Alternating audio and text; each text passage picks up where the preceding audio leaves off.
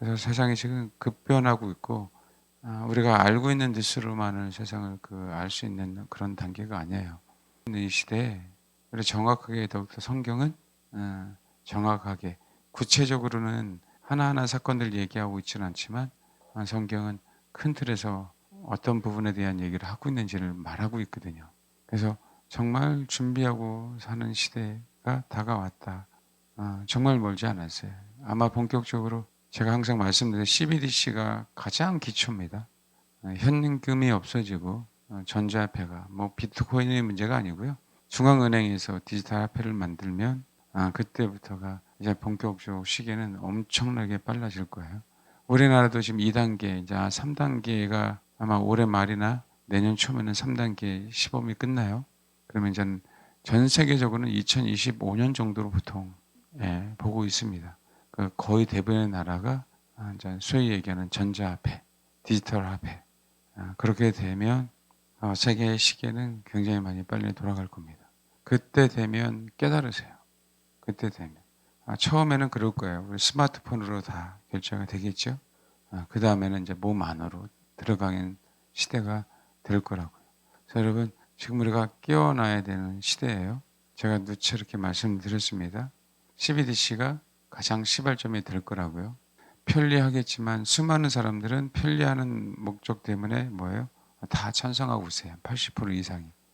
여러분 그거 아십니까? 참 아이러니하게 많은 국민들이 정부가 우리를 개인을 통제하는 부분들에 대해서는 거의 대부분 7, 80%가 반대를 해요. 그런데 정부가 개인에게 복지 시스템을 제공하겠다라고 얘기하면 거꾸로 7, 80%가 찬성을 해요. 아이러니하죠. 우리에게 정부가 복지를 준다는 얘기는 우리를 지켜보고 있겠다는 얘기거든요. 성경은 그 얘기를 하고 있는 거예요. 그러니까 지혜로워야 돼요. 알겠죠? 세상은 그렇게 갈 수밖에 없다. 제가 말씀드리잖아요. 전체주의 체제로 안 들어갈 수가 없어요. 전체주의 체제는 어느 한 사람이 사실 어느 한 사람이죠. 어느 한 국가가 개인의 자유를 통제하는 시대가 전체주의입니다. 하나님은요. 하나님인데도 우리에게 개인의 자유를 허락하셨어요. 신앙의 자유를 허락하셨어요. 우리 자유의지를 당신이 강압적으로 쥐고 계시지 않아요. 그렇게 완벽한 창조를 하신 분이잖아요. 그래서 하나님이 인간을 창조하신 가장 위대한 것 중에 하나가 뭐냐면 자유예요. 자유. 어느 누구도 통제하지 않는. 단 네가 정말 영생을 살고 싶니? 나랑 같은 사람이 되고 싶어? 라고 하면 그 대신 내가 인류에게 허락한 그 말씀이라는 그 계명을 순종하면 천국에서 나랑 영원토록 살 거고 그렇지 않으면 다른 곳으로 갈 거야 라고 얘기하는 게 성경이에요. 안 좋은 곳으로 가는 거죠. 그 자유를 허락하셨어요. 그런데 이제는 앞으로는 그런 자유조차, 신앙의 자유조차, 내가 살아갈 자유조차도 억압받으면서 어느 특정한 자를 경배해야 되는 그런 시대에 살고 있습니다. 이제는 누구를 경배하느냐의 문제잖아요. 오늘 말씀 전할 인물이 그 사람이에요. 이분은 자기에게서 가장 비참한 상황이 닥쳤는데도 불구하고 하나님을 경배하는 법을 잃지 않았거든요. 마지막 시대에는 하나님을 경배하느냐, 세상을 경배하느냐. 세상이라고 얘기할 때 정확하게 성경은 적 그리스도에 대한 얘기를 하고 있어요.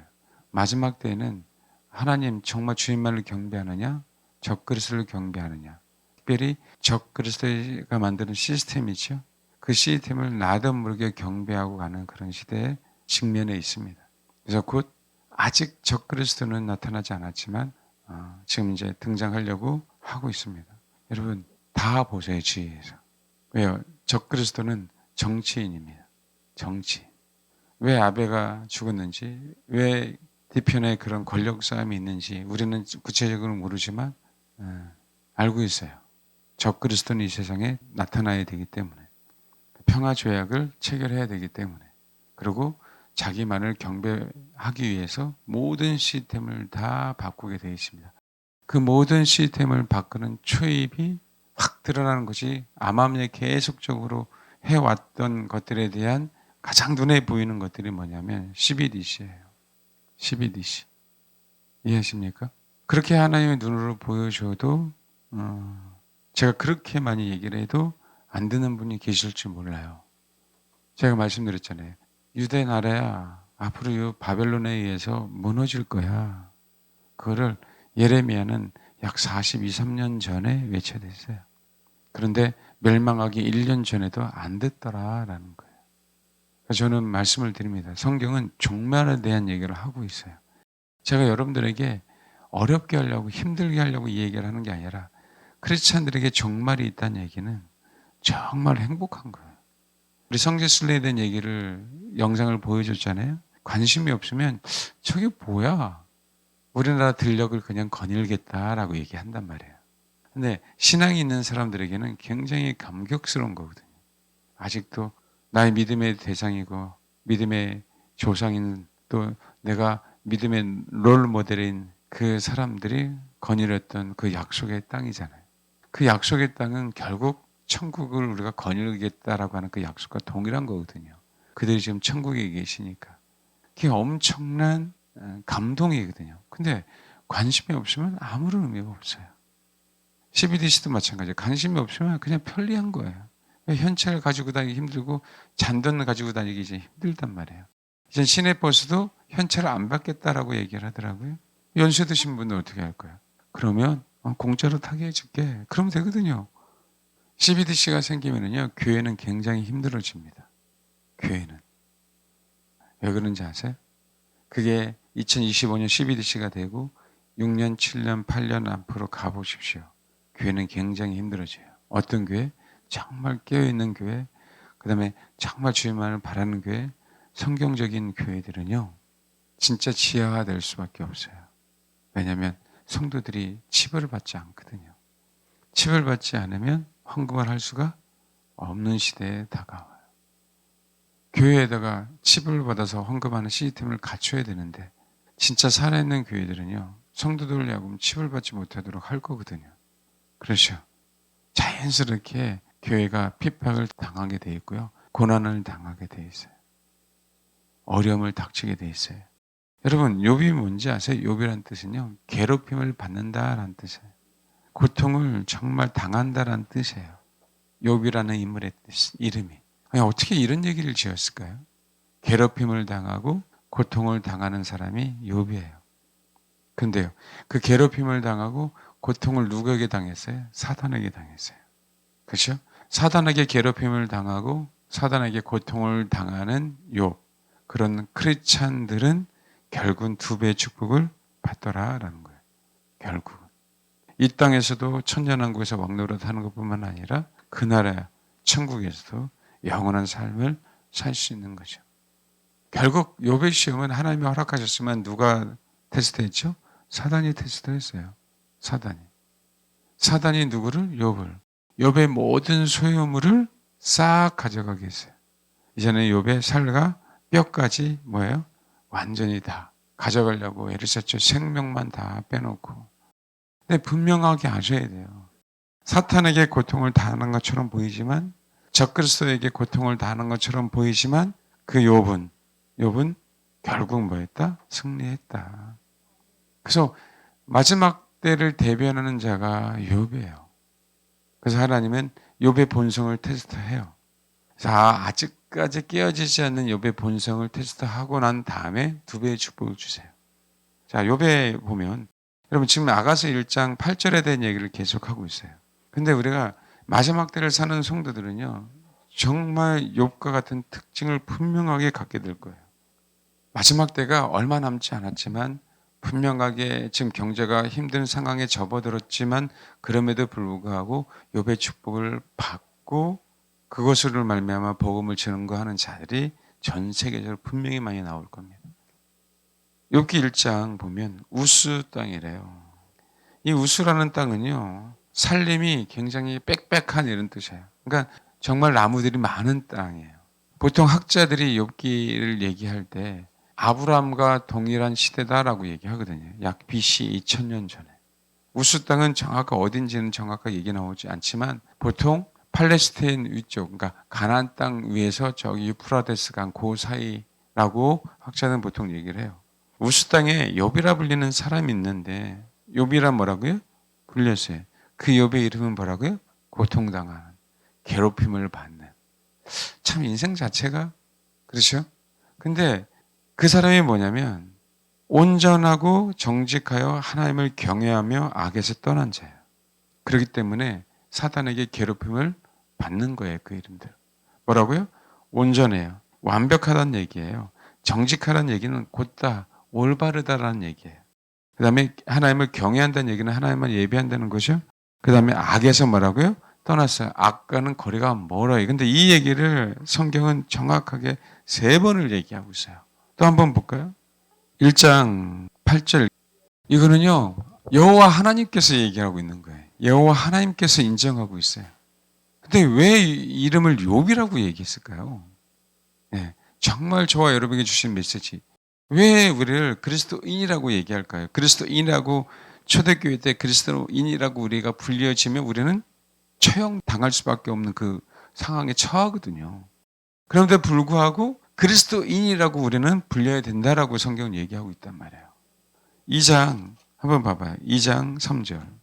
그가 여전히 자기 온전함을 굳게 지켰어요. 옆에서 와이프는 야, 그럼에도 불구하고 욥아, 그럼에도 불구하고 너 자신의 온전함이란 얘기는요, 순결하다는 거거든요. 이 순결함은 뭐냐면 하나님을 버리지 않겠다는 거예요. 그럼에도 불구하고. 근데 와이프까지도 그래. 2장 9절에 그의 아내가 그에게 이르되 당신이 그래도 어떻게 하고 있어요? 8절에 보니까 제 가운데 앉아서 질그릇 조각을 가져다가 몸을 긁고 있으니, 질그릇은요 우리나라의 그 옛날 토기 그릇 같은 거 있잖아요. 깨트리면 그잖아요, 뾰족뾰족 하잖아요. 그거로 그냥 긁는데 막 긁는 것이 너무 간지러워서 온몸에 피부병 걸려보신 분은 알잖아요. 견딜 수가 없거든요. 그럼에도 불구하고 와이프가 옆에서 그러는 거예요. 그래도 자기의 온전함을 굳게 지키겠느냐. 이 얘기는 너 진짜 미련하다. 하나님 너를 버렸어. 하나님을 욕하고 죽어. 이 얘기거든요. 근데 성경은 이 단어를 욕한다는 단어도 계속 반복하고 있어요. 이 욕이라는 단어가 바라크거든요. 근데 하나님을 찬양하고 무릎을 꿇어서 복을 받는 행위들이 바라크인데, 그런데 하나님을 저주할 때 이 바라크라는 단어를 써요.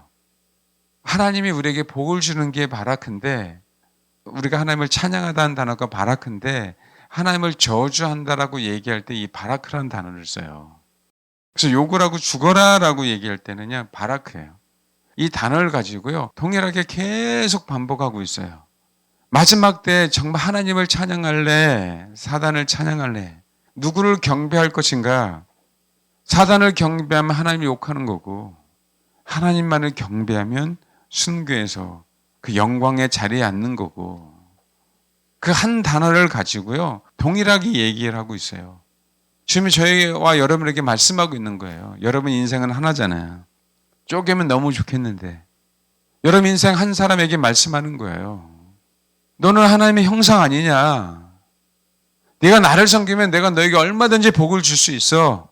근데 너는 자유의지가 있어서 얼마든지 나를 욕할 수도 있어.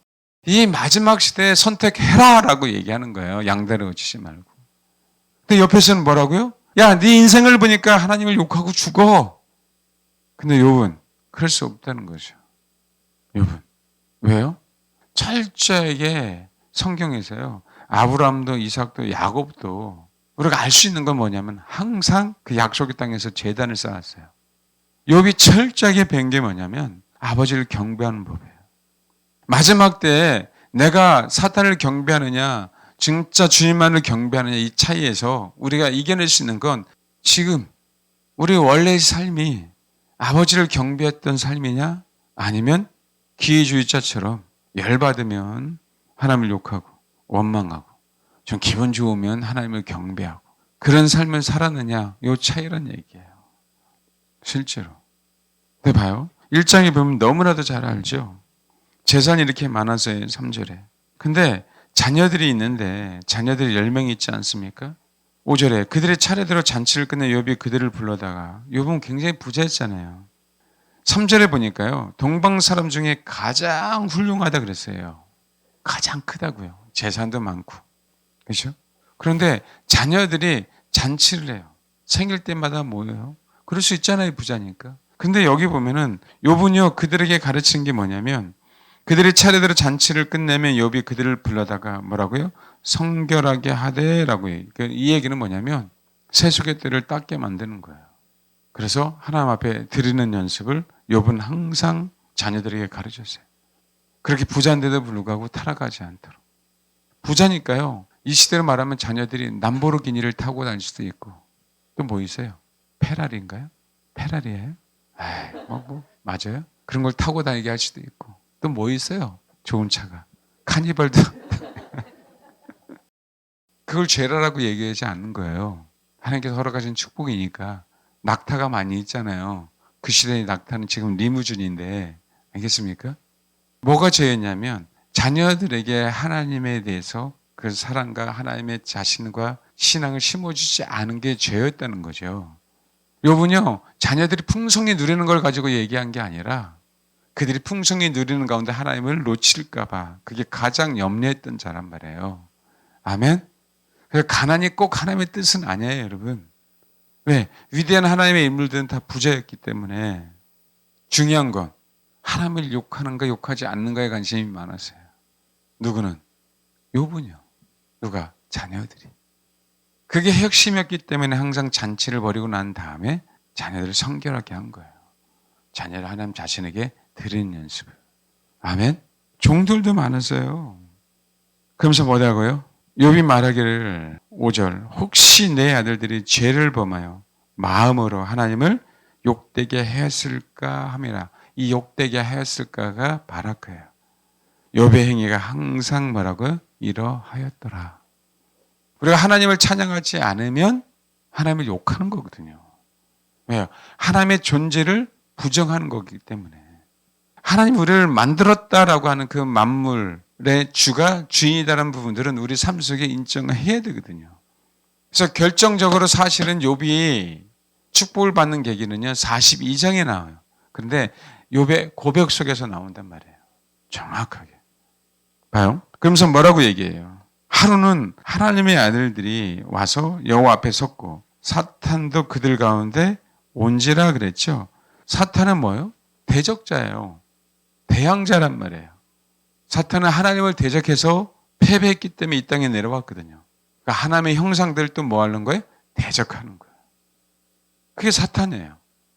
하나님이 세상을 멸망하기 전까지는 사탄은 지금 이 세상에 어떤 면에서는 우리를 호시탐탐 노리면서 우리를 지켜보고 있거든요.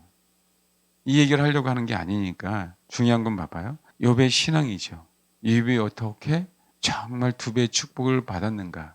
이 2배의 축복은요. 2배의 축복 자체가 중요한 게 아니에요. 약속에 대한 부분이고 그 약속이 어떻게 흘러가는가에 대한 부분으로 봐야 돼요. 이건 42장 좀 이따가 가면 얘기하겠습니다. 봐요. 10절에 보니까 주께서 그와 그 집과 그의 모든 소유물을 울타로 두르심 때문이 아니냐고.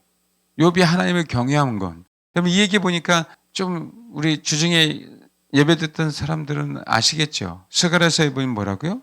마지막 때 예루살렘이 성곽 없는 성읍이 될 거야 라고 얘기하죠. 그게 원래 축복이란 말이에요. 그러면 누구는 욥은 이런 축복을 받고 있었어요.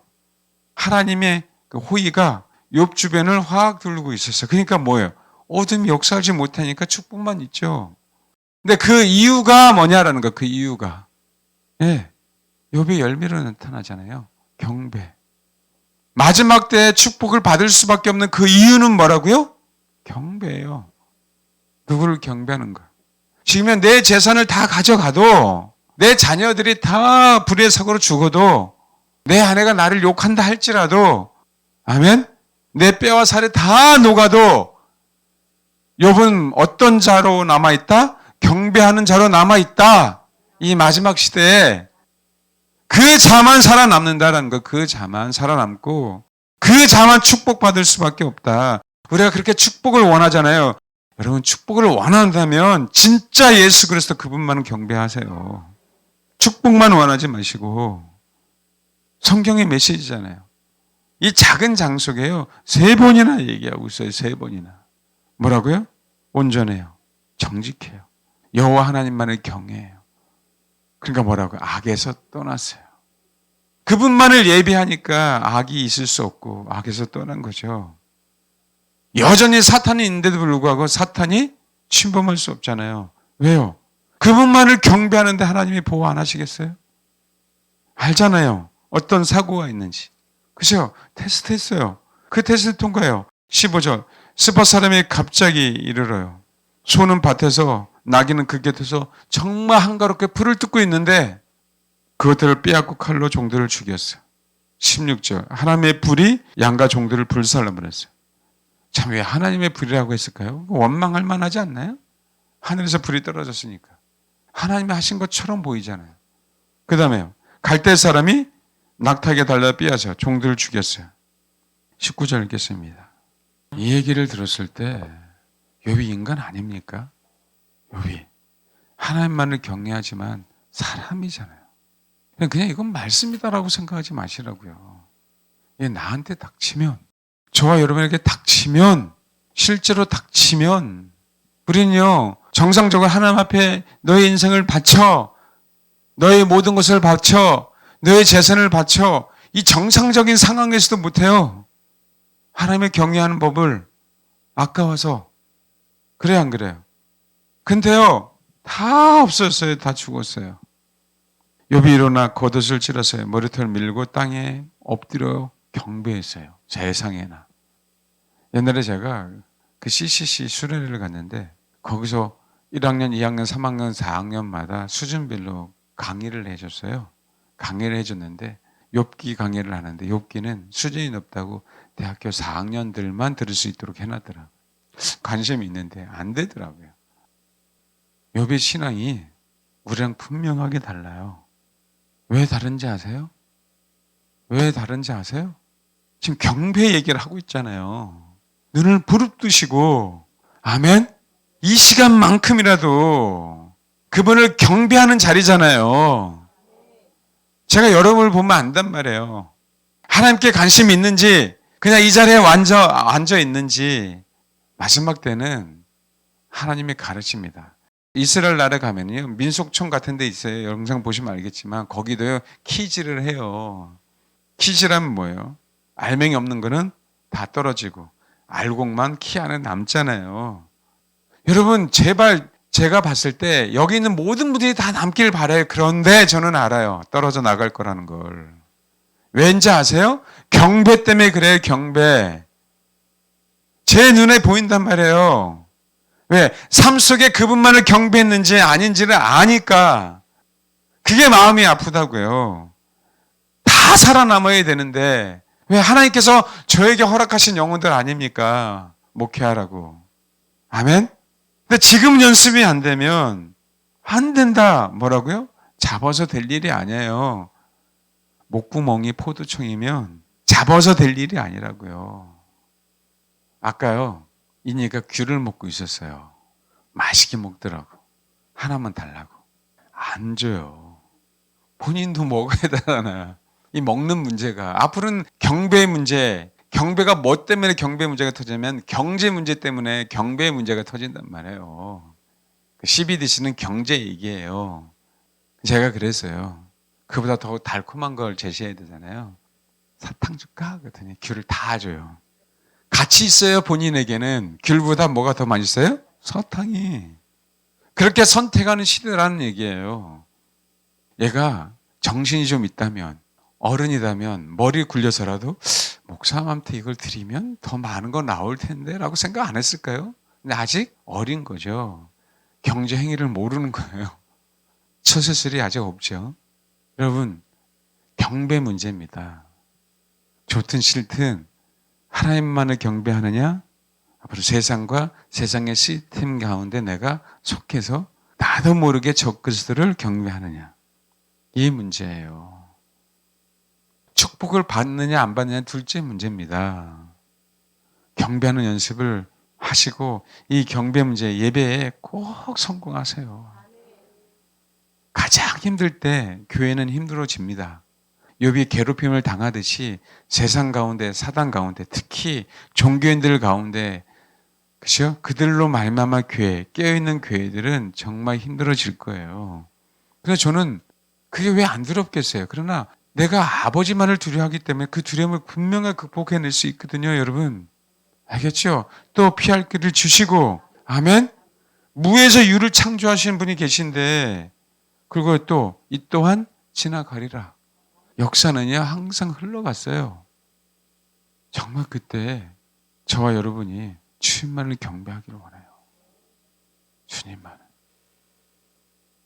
21절 1장. 이르되 내가 모태에서 알몸으로 나왔은즉 또한 알몸으로 그리로 돌아갈지라. 주신 이도 여호와시요 거두신 이도 여호와시오니 여호와 이름이 찬송을 받으실지니이다 하고, 이 찬송이 바라크예요. 이 단어를 계속 반복하고 있어요. 우리는 복과 저주 사이에 있습니다. 이 시대가 그런 시대예요. 내가 영원한 복을 받는가? 영원한 저주 가운데 내가 처하는가? 어떤 면에서는요, 너무 감사한 거고 너무 기대가 되는 시대에 살고 있는 거예요. 어떤 사람은요, 주님만 경배하는 법을 배운 사람들은. 알겠습니까? 정말 감사해야 돼요, 정말. 그래서 경배하는 법을 배우세요. 어떤 어려움이 와도. 왜요? 우리는 결말을 알잖아요. 자녀를 동일하게 또 줬어요. 아들 7에 딸 3. 근데요, 이제는 재산은요, 그때는 몇이에요? 양이 7천인데 양이 14,000으로. 정확하게 곱빼기로 늘어났어요. 아버지만을 경배할 때, 알겠죠? 내가 그분을 경배하기 위해서 내 아내, 내 부모, 내 자식, 내가 가지고 있는 소유물, 그게 중요하지 않다. 할렐루야? 오직 주님만을 경배할 때 이 땅에 살면서도요, 우리는 그런 삶을 누리게 된다는 거죠. 그게 마지막 때를 사는, 진짜 마지막 때 주님만을 경배하는 자들이 받을 축복들이에요. 우리는 이 축복이 목적이 아니라니까요. 이 축복으로 복음을 전하는 것 때문에 축복 받아야 되는 거지. 그 여러분, 어떻게 해서든지 경배 자리에 많이 나와야 되는 거예요. 그 약속의 시간에. 내가 그분만을 경배하고 그분만을 경배함으로 하나님께서 그 순간 경배하는 그 과정 속에서는 분명히 어려움이 있을 겁니다. 왜? 사단은 방해하거든요. 경배하지 못하도록. 그게 자기가 이 땅에 있는 이유잖아요. 그것을 분명하게 이겨내면, 야, 네가 교회 가서 예배 드리면 돈이 나오냐 밥이 나오냐, 일주일에 한 번만 가. 이렇게 속이는 거죠. 네, 여러분, 돈이 나오고 밥이 나오는 시대에 살고 있어요. 아버지만을 경배할 때 어떤 열매들이 나타나는지, 내가 그동안 순수하게 아버지를 경배했는지 아니면 내 계획대로 살았는지에 대한 부분들을 한번 생각해 보시라고요. 저희 성도들이요, 알아요, 여러분.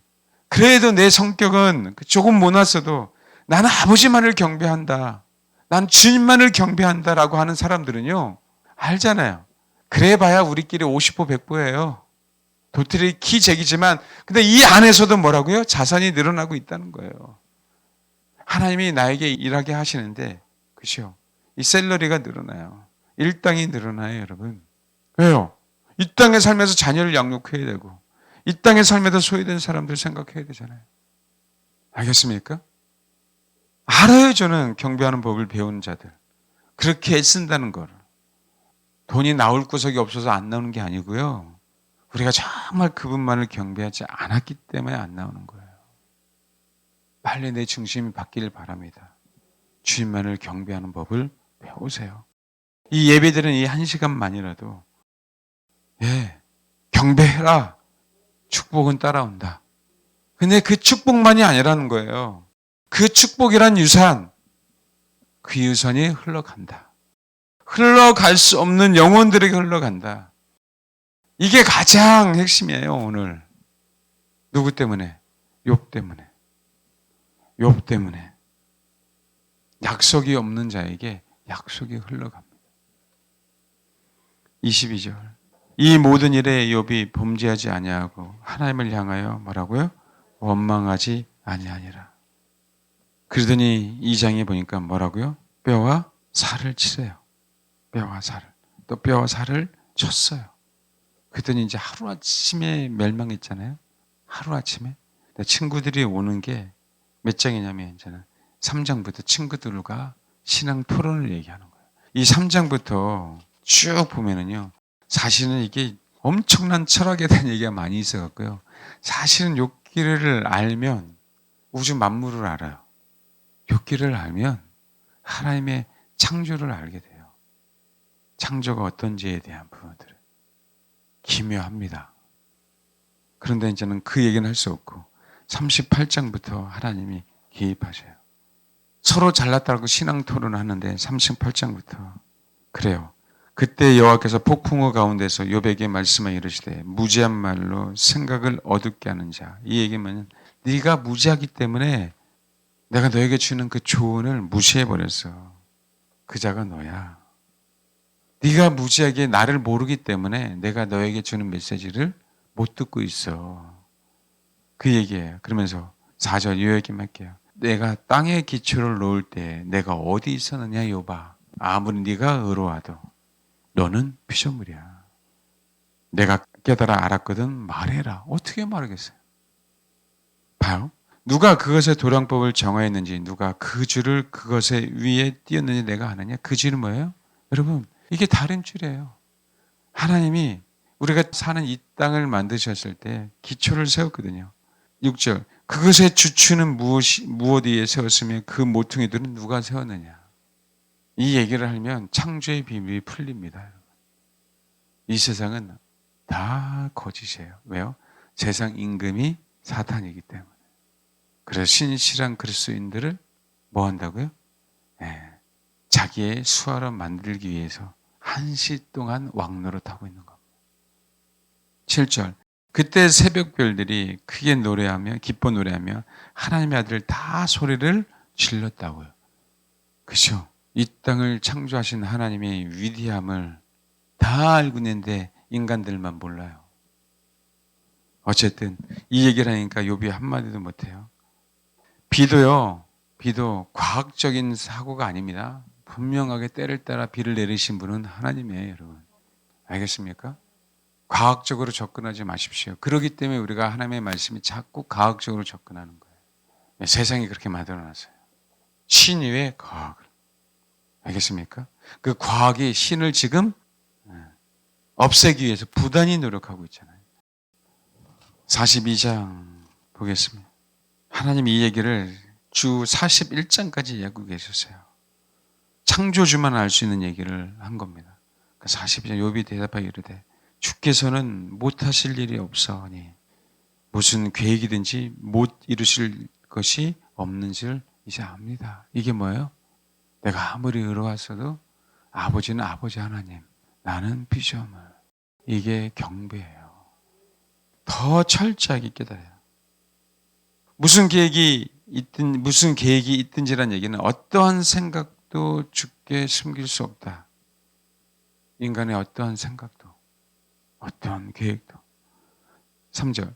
무지한 말로 지식 없이 이치를 가리는 자, 진짜 어떤 전문가의 충고를 듣지 않는 자가 누구니까? 나란 얘기예요. 내가 안 들었다고요.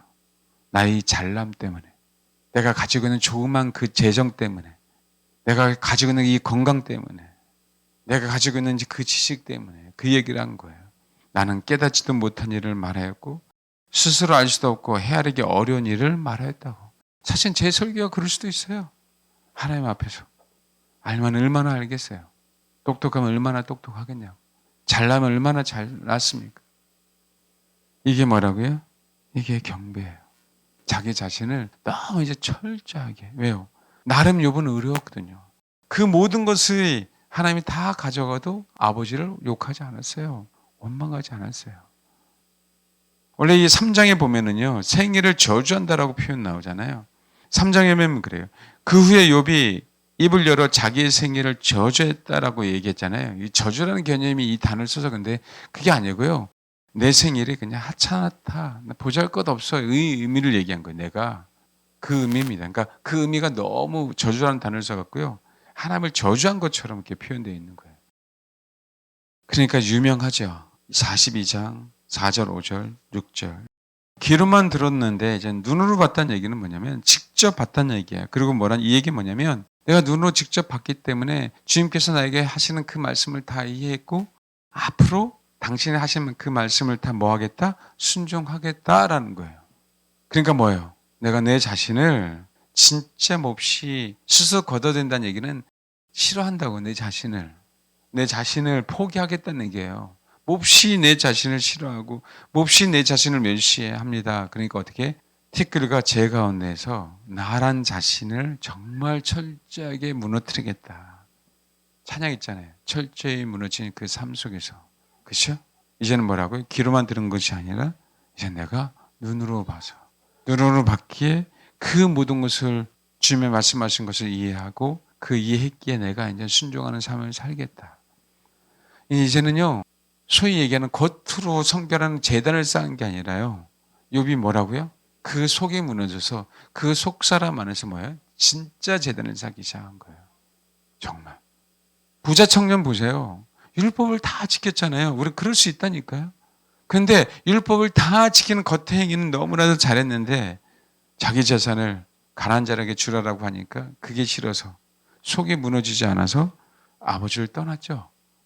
욥은 이 기회를 잡았고 부자 청년은 이 기회를 잡지 못했어요. 그래서 이제는 마지막 결론에 대한 얘기입니다. 봐요.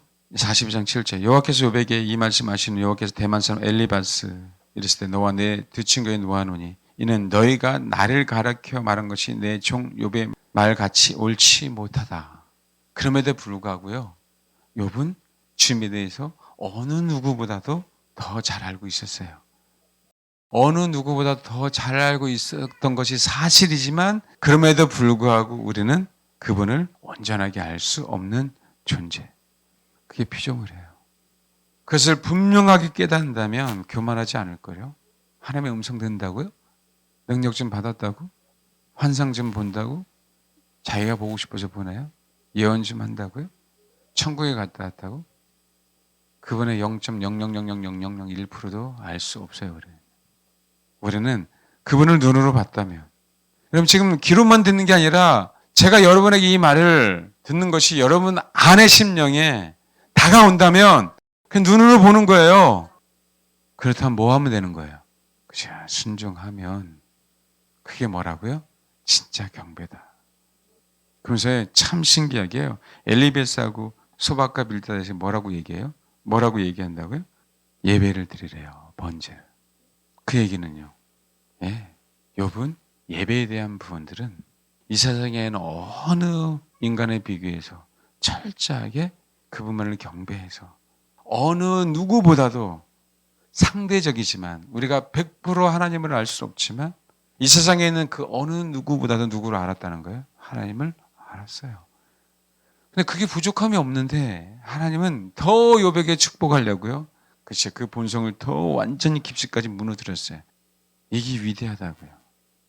마지막 때는 이만큼 경배했으면 됐어 이런 시대가 아니에요. 주님이 인정하실 때까지 여호와 하나님만을 뭐 해야 돼요? 경배해야 돼요.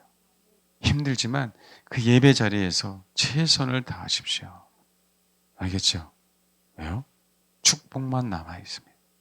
축복만 남아있어요. 올바로 예배드리고 올바로 경배드린 자는 그 인생 가운데 뭐만 남아있다고요? 축복만 열매로 남아있어요.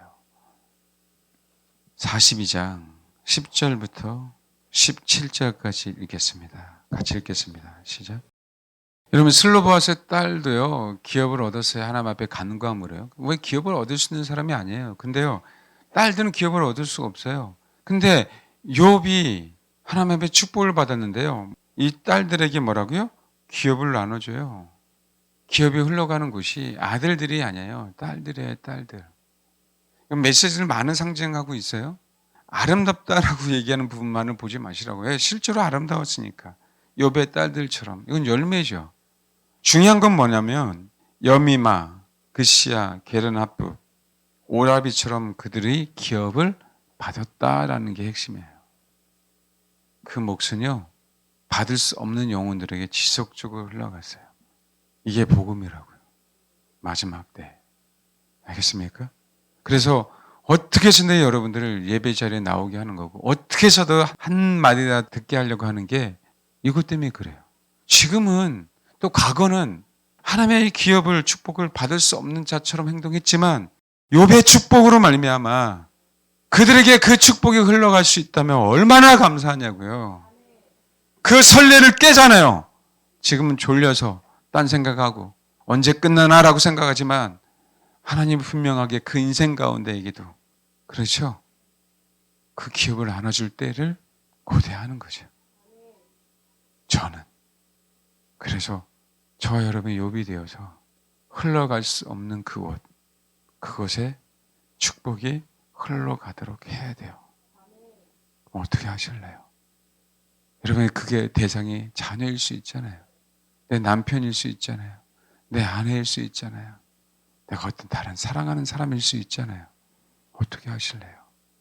기도만 해서 됩니까? 아니에요. 철저하게 이 마지막 시대에 경배하는 법을 배우세요.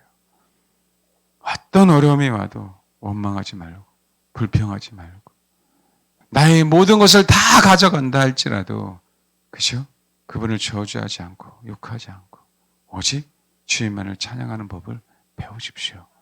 그 이 마지막 때를 분명하게 이겨낼 수 있고 이 마지막 때 소망이 없는 영혼들에게 분명한 하나님의 축복은 흘러갈 줄 믿습니다. 아멘. 다짐하십시오. 얼마 남지 않는 인생 가운데 내가 하나님만을 경배하는 법을 배우고 하나님만을 경배하며 마지막 주일을 맞이하겠다. 그래서 내가 이 인생을 사는 동안 하나님께서 나에게 허락하신 그 2배의 몫을 흘러갈 수 없는 영혼들에게 흘러가게 하겠다. 아멘. 그런 위대한 주님의 사람들이 다 되시길 주님의 이름을 축원합니다. 네, 기도하겠습니다.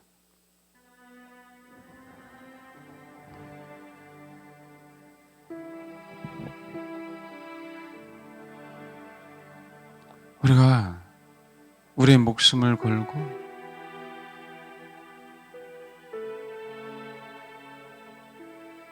우리의 가진 모든 것을 걸고 그럼에도 불구하고 부족한 게 아버지를 이렇게 경배하는 겁니다. 나의 모든 것을 걸어도 그분을 경배하는 거하고는 비교할 수가 없어요. 이 마지막 때는 더 그렇습니다. 여러분, 하나님, 내가 어떻게 해서든지 어떤 자리에 있든지 내가 삶 속에서나 예배 자리에서나 어떻게 해서든지 아버지만을 경배하겠습니다. 내 목표는 2배의 축복이 아니라 나로 말미암아 축복을 받을 수 없는 영혼들이 축복을 받을 수 있다면 회복받을 것 같지 않은 영혼들이 회복받을 수 있다면 약속의 자녀가 아니란 자들이 약속을 받을 수 있다면 아버지 어떻게 해서든지 아버지만을 경배함으로 욥처럼 이 마지막 때 그렇게 쓰임받는 자가 되게 해달라고 내 삶이 온전히 아버지만을 경배하겠습니다 라고 다짐하며 결단하며 이 시간 기도하겠습니다. 하나님, 참 목자인 욥을 통하여 진짜 경배를 하나님 이 마지막 때에 배우기를 원합니다. 주님을 예배할 것인가? 사단과 이 세상을 예배할 것인가? 어떤 상황이 벌어진다 할지라도 어떤 고난이 우리에게 있다 할지라도 어떤 핍박이 있다 할지라도 어떤 어려움이 있다 할지라도 주님만을 예배하고 경배함으로 욥과 같은 축복을 받게 하시고 욥이 받은 그 축복이 약속을 받지 않는 그 영혼들에게까지 기업을 받을 수 없는 그 영혼들에게까지 흘러간 것처럼 하나님 우리 그 축복이 세상에 죽어가는 영혼 버림받았다라고 생각하는 그 영혼들에게 우리의 축복이 꼭 흘러갈 수 있도록 그들에게 영원한 기업을 나눠줄 수 있도록 하나님 우리 사랑하는 성도들을 사용해 주시고 우리 교회를 사용하여 주옵소서. 감사드리며 예수님의 이름으로 기도합니다. 아멘.